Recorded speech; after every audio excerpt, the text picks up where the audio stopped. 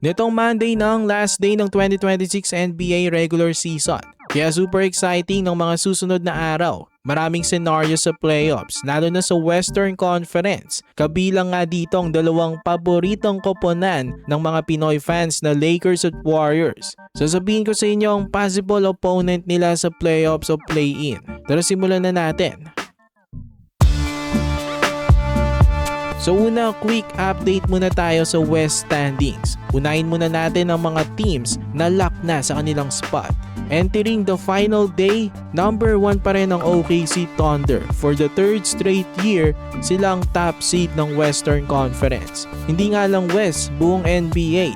That means may home court advantage na naman sila sa buong playoffs. Number 2 naman ang San Antonio Spurs. Lock na rin sa kanilang pwesto. Ang iba pang mga teams na lock na rin sa kanilang spot ay ang Houston Rockets. Kahit anong mangyari sa last day, matalo man o manalong Lakers, mananatiling 5th na itong Houston Rockets.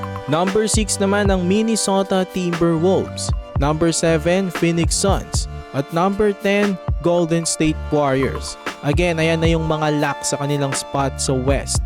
Bali ang Lakers na lang at Nuggets ang pwedeng magkapalitan ng spot, pati ang Clippers at Blazers. Sa Lakers at Nuggets, meron pa nga silang isang game sa Monday.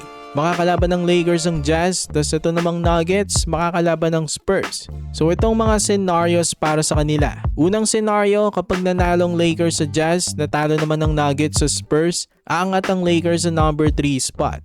Tas babagsak ang Nuggets sa 4th spot. Pero kapag naman nanalong Nuggets kontra sa Spurs, sila ang 3rd seed, kahit ano pang maging resulta ng laban ng Lake Show. Pero ang kagandaan naman sa dalawa ay kahit anong mangyari ay meron na silang home court advantage sa first round. Alam naman natin yan basta top 4 sa iyong home court sa first round.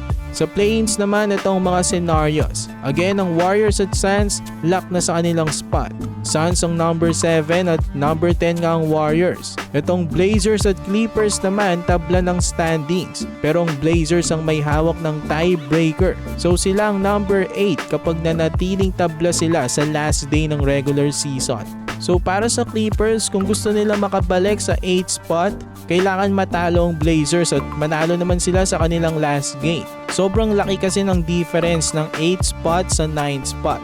Alam naman natin na kapag 8 ka, at least may dalawang tsansa na maka-advance sa playoffs. Kapag 9 kasi, delikadong posisyon yan. Dalawang do-or-die games ang pagdadaanan.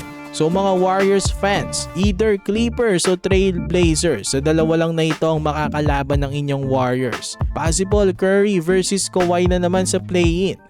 Dumako naman tayo sa East. Ang mga lock naman na sa kanilang spot ay ang top 4. Top seeded nga ang Pistons, number 2 ang Celtics, number 3 ang Knicks at 4 ang Cavs. Ang Hawks naman hanggang 6 na lang ang pwede nilang ibagsak. Ang Raptors pwede pang maagawan ng Magic kapag natalo sila sa kanilang last game, tas nanalo ang Magic.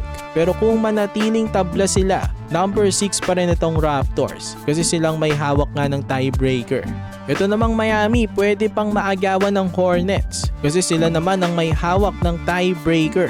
So mas komplikado pa dito sa Eastern Conference. Unlike sa West, yung top 6 ay sigurado na. Hindi na maagawan ng mga teams na nasa play-in.